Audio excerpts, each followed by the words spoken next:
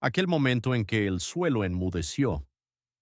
Permitidme empezar con una pequeña confesión, una de esas historias honestas que solo cuentas cuando al final no resulta que intentan venderte algo. Hace años tenía un bancal de tomates que se veía bien, no perfecto ni terrible, solo bien. Las hojas estaban verdes, los tallos se mantenían rectos, las plantas se comportaban como se supone que deben hacerlo. Pero la cosecha se sentía como si los tomates estuvieran haciendo el mínimo esfuerzo, como si ficharan al entrar, miraran alrededor y ficharan para irse discretamente. Así que hice lo que a la mayoría nos enseñaron a hacer. Los alimenté más. Y por un corto tiempo funcionó. Las plantas se volvieron más grandes, más verdes, más rápidas. Esa respuesta rápida y satisfactoria que casi puedes sentir en el pecho, como si hubiera solucionado el problema. Pero entonces ocurrió algo extraño. Se volvieron más exigentes. Querían más agua. Parecían necesitar más fumigación, más rescate, más arreglos. Y el suelo debajo empezó a sentirse cansado. No seco, ni muerto, solo cansado. Como si algo hubiera desaparecido, como si hubiera perdido su chispa. Y fue entonces cuando me asaltó una idea. Uno de esos pensamientos que te hacen detenerte y mirar fijamente a tu propio bancal como si estuviera intentando contarte un secreto. ¿Estaba cultivando tomates o estaba cultivando dependencia? Porque allá afuera, en el bosque, nadie alimenta a las secuoyas, nadie vierte un líquido azul brillante en sus raíces, nadie les da un impulso semanal con una etiqueta que promete milagros. Y, sin embargo, esos árboles permanecen allí como rascacielos vivientes durante siglos. Así que aquí está la pregunta que quiero que guardéis en vuestra mente al empezar. ¿Y si la verdadera tecnología nunca fue la botella, sino la red que hay bajo vuestros pies? Durante décadas, la agricultura industrial acostumbró a las plantas a vivir de lo que solo puedo describir como comida rápida. Nitrógeno rápido, fósforo rápido, potasio rápido. Energía instantánea, crecimiento instantáneo, verdor instantáneo. Y al igual que la comida rápida para las personas, al principio sienta bien, al principio se ve bien, incluso funciona durante un tiempo. Pero hay una razón por la que os hablo de esto hoy, y no es porque la jardinería se haya puesto de moda de repente en Internet. Es porque el mundo está empezando a cambiar las reglas. En muchos lugares ahora, desde partes de Minnesota hasta Florida y puntos intermedios, las autoridades están endureciendo los límites sobre la escorrentía de nutrientes porque nuestros ríos y lagos simplemente ya no pueden más.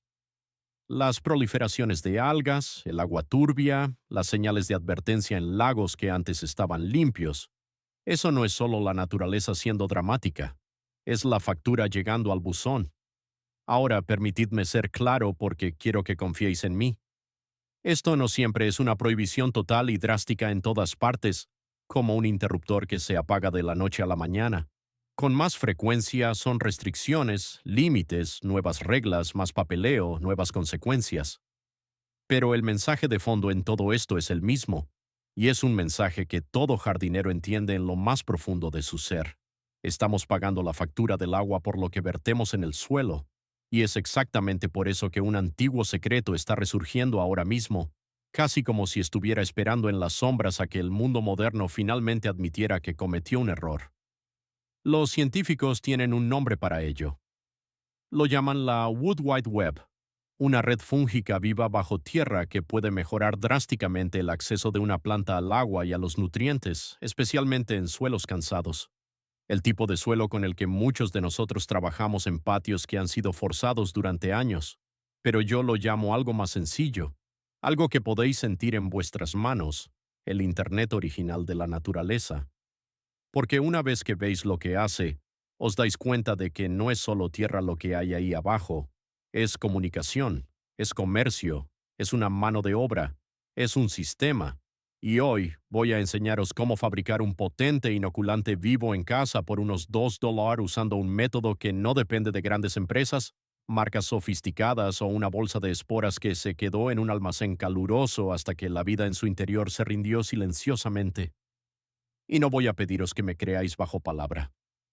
También os mostraré una prueba sencilla que podéis realizar en vuestro propio jardín para que podáis ver la diferencia con vuestros propios ojos. en vuestro propio suelo con vuestras propias manos, porque al final la verdad no pertenece a la etiqueta más ruidosa, la verdad pertenece a las raíces.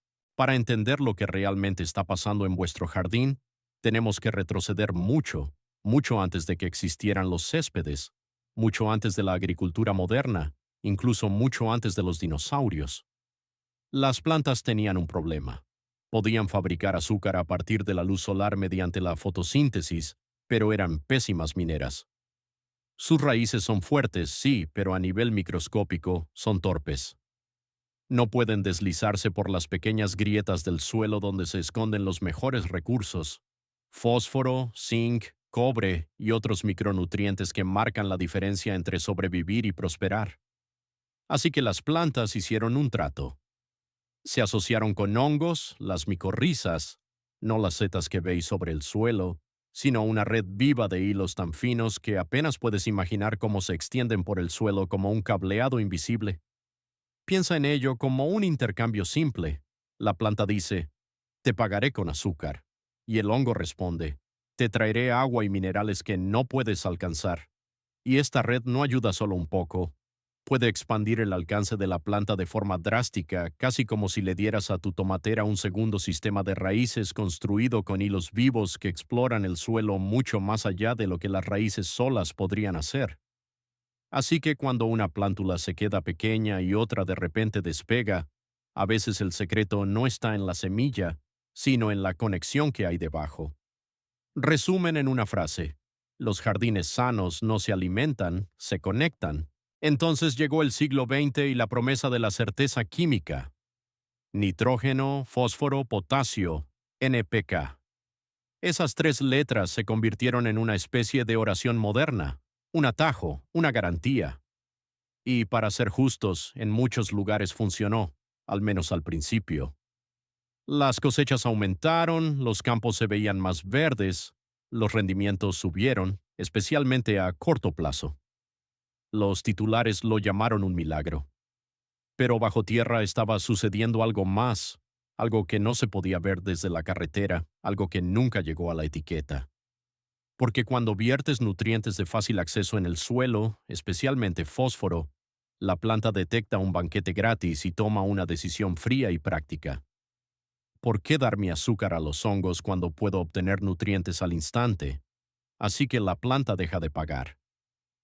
Reduce el flujo de azúcar hacia sus socios fúngicos. Los hongos pierden su suministro de alimento. La red se debilita silenciosa y lentamente, como las luces que se apagan en una ciudad manzana tras manzana. Y una vez que esa red se debilita, la planta cambia. No porque sea mala, sino porque ha perdido su mano de obra subterránea. Necesita más agua porque esos hilos fúngicos que la ayudaban a sorber humedad de lejos han desaparecido. Necesita más protección porque esos aliados subterráneos que ayudan a la resiliencia y al equilibrio se han ido. Y necesita más insumos porque la red alimentaria del suelo, la economía viva de la tierra, empieza a colapsar. Así que haces lo que cualquier persona razonable haría: añades más, compras más, fumigas más, alimentas más. Y así es como nace la dependencia. No por una ley repentina ni por un momento dramático de conspiración, sino por un sistema que premia los parches rápidos y olvida la biología. Y ahora, tras décadas haciendo esto, vemos llegar la factura en lugares alejados de nuestros jardines. El exceso de fósforo no se queda educadamente en el suelo, se mueve, se lava, desciende hacia lagos y ríos, y alimenta proliferaciones que asfixian el agua hasta que las comunidades colocan señales de advertencia donde antes nadaban los niños. Por eso la conversación está cambiando. Por eso se están extendiendo las restricciones y los límites, porque el viejo modelo no solo daña el suelo, daña todo lo que hay río abajo.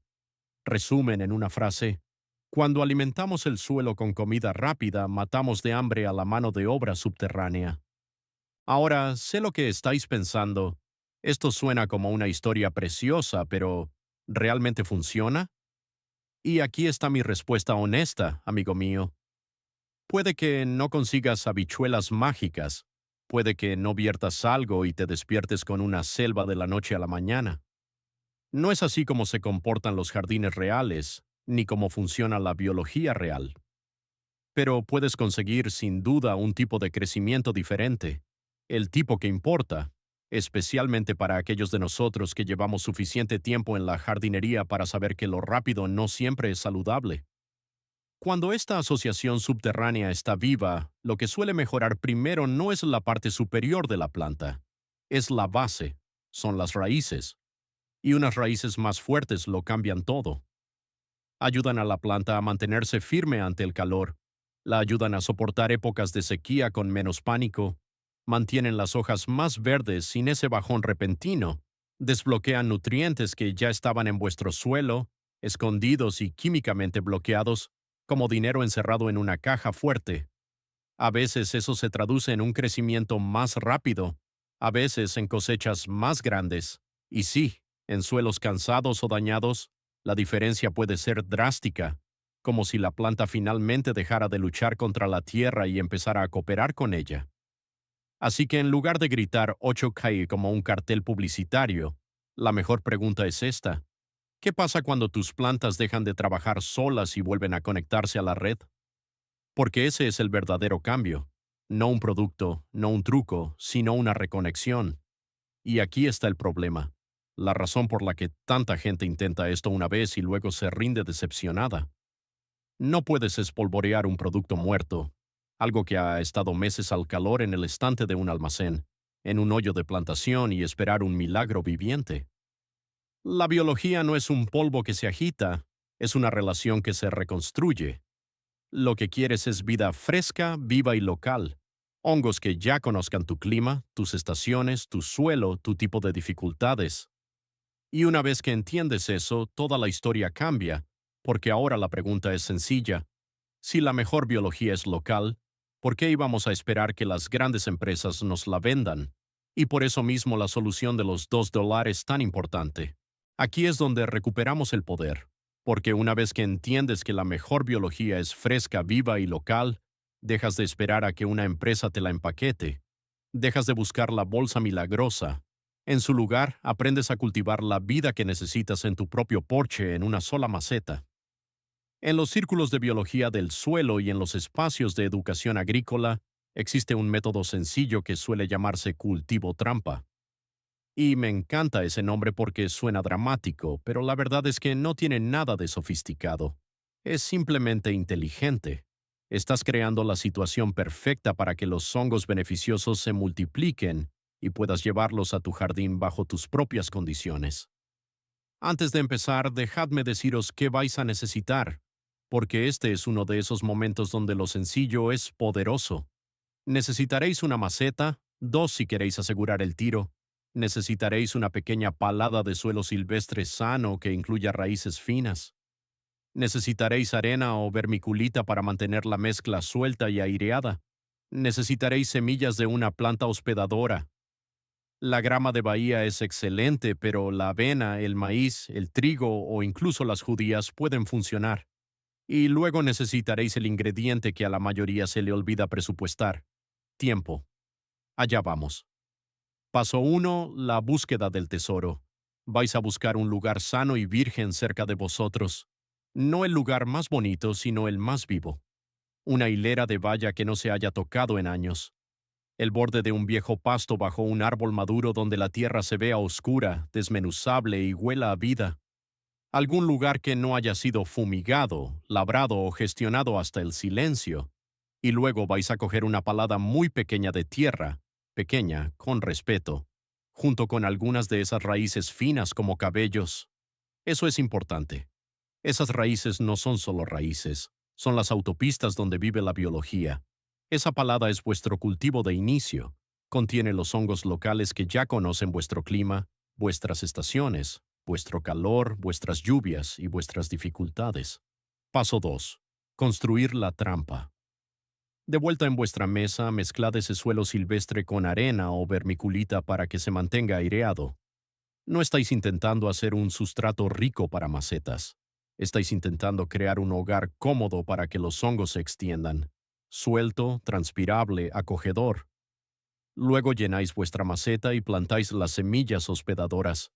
Paso 3: cultivar sin abono. Aquí es donde la gente se impacienta, y lo entiendo.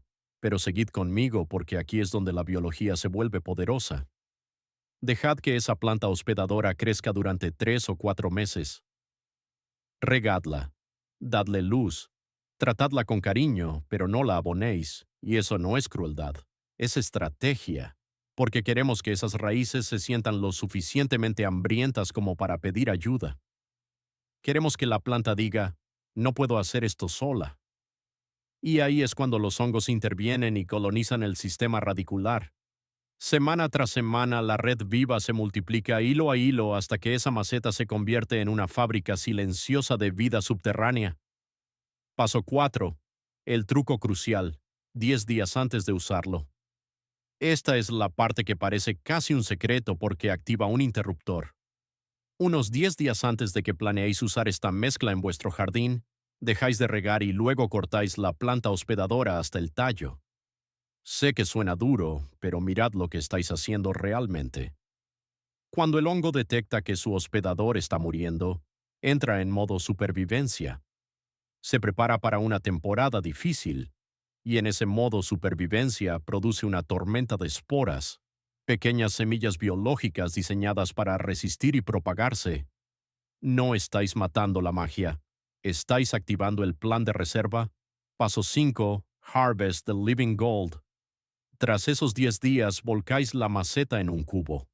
Picáis las raíces en trozos pequeños porque esas raíces están ahora colonizadas por la vida, y luego mezcláis las raíces picadas de nuevo con la tierra.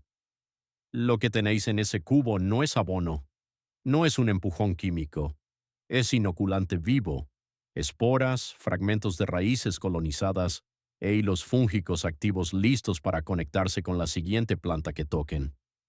¿Y el coste? Unas pocas semillas, un poco de arena y tiempo. Pero el valor es algo que no podéis comprar en una bolsa brillante.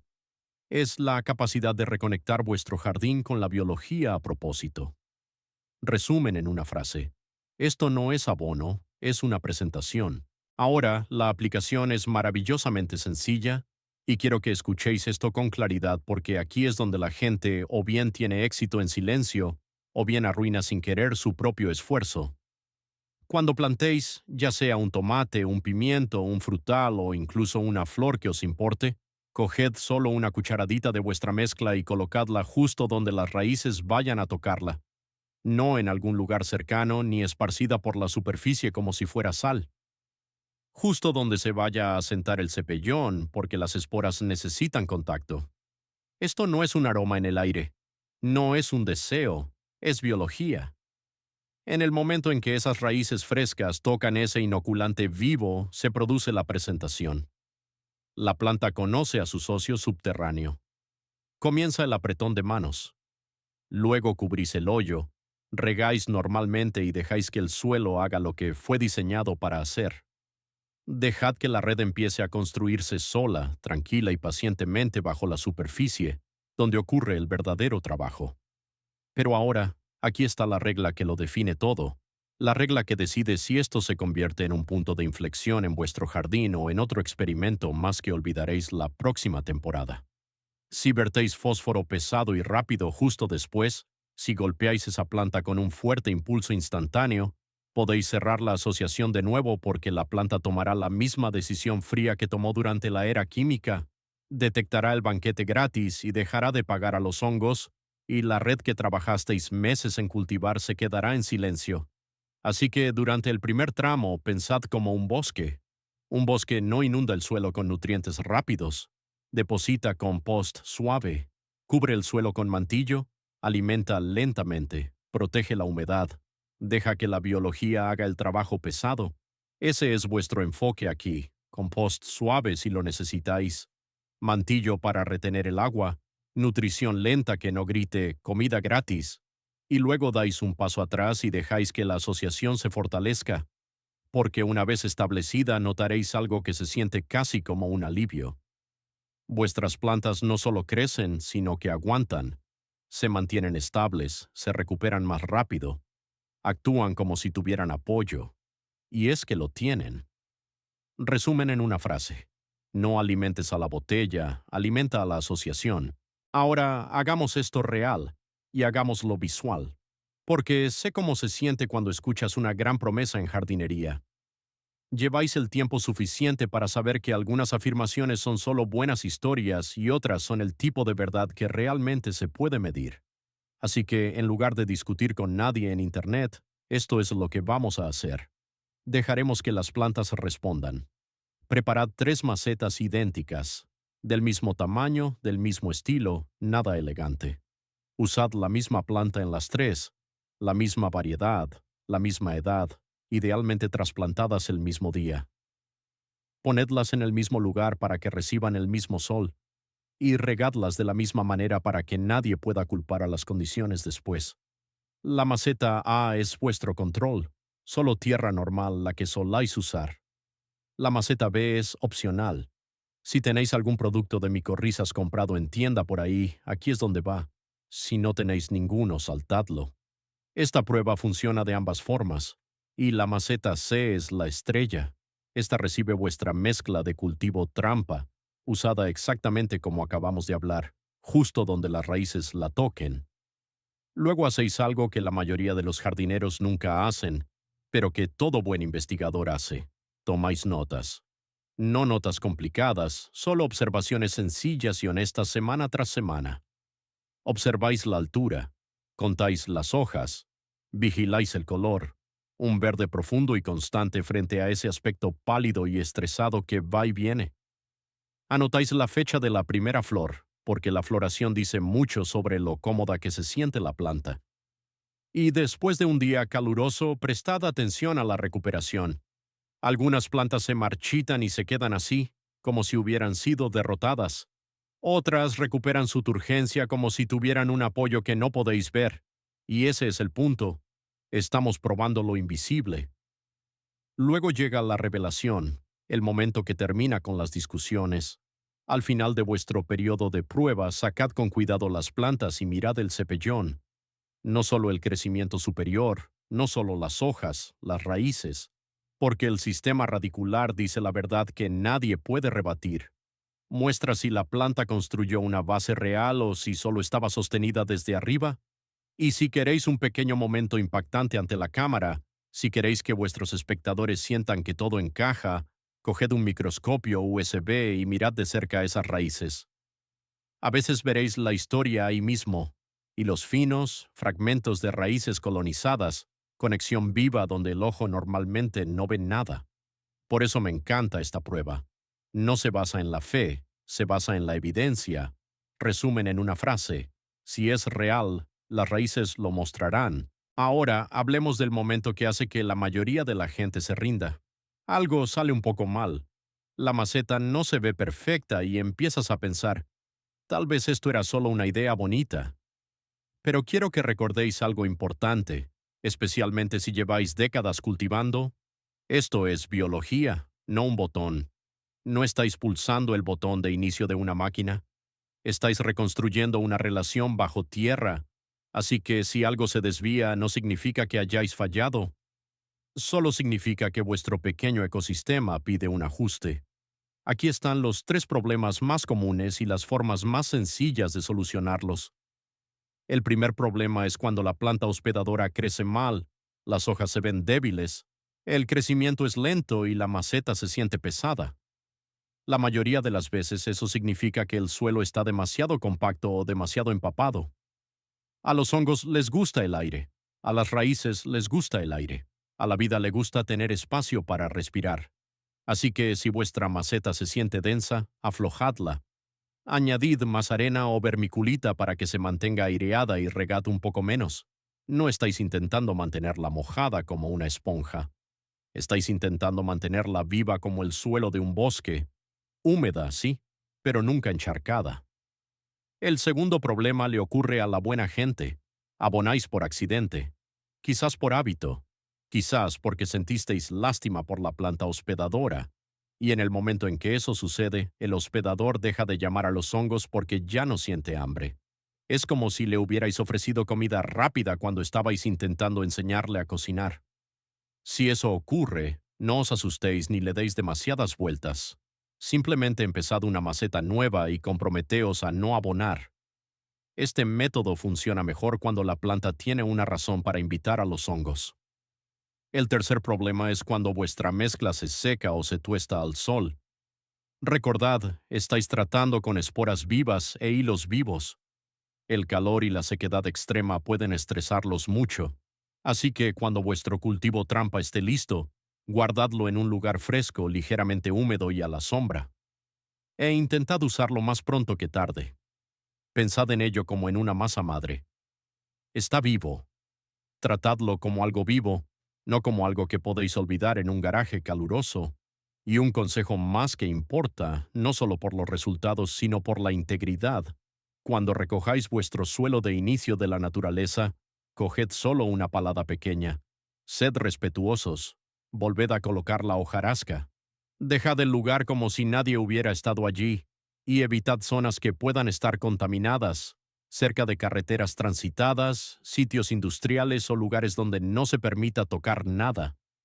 Estamos tomando prestada una chispa de lo salvaje, no robándola. Porque esto es más que un truco de jardinería. Esto es cultivar con respeto.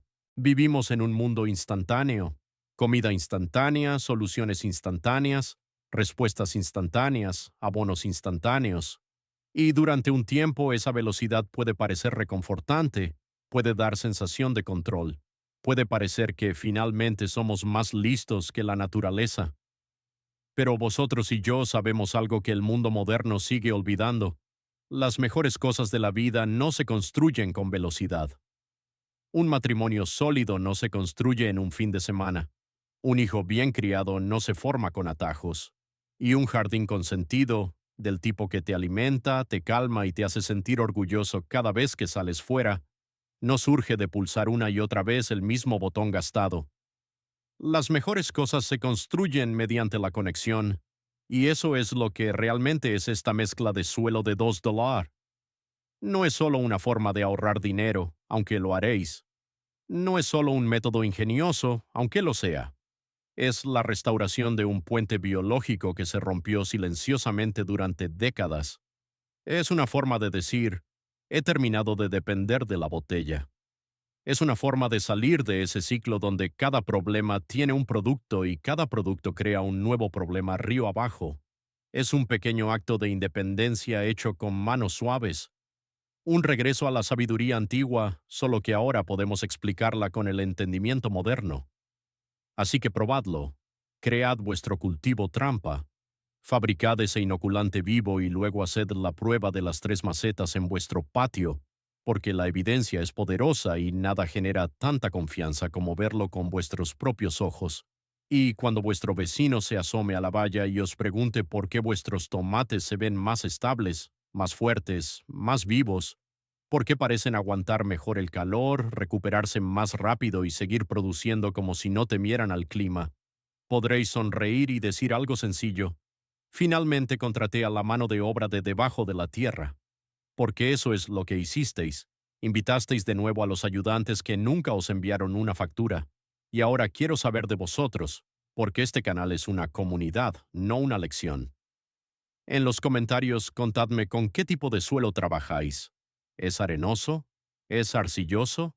¿Es franco? ¿Y qué deberíamos probar después? ¿Tomates o pimientos? Hasta la próxima. Mantened vuestras manos sucias y vuestros corazones siempre verdes.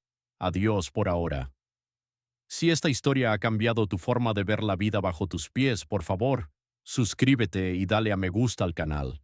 Estamos descubriendo la historia natural que el mundo moderno intentó reemplazar. Cultivemos juntos un futuro más resiliente. El próximo tesoro de la tierra se revelará pronto.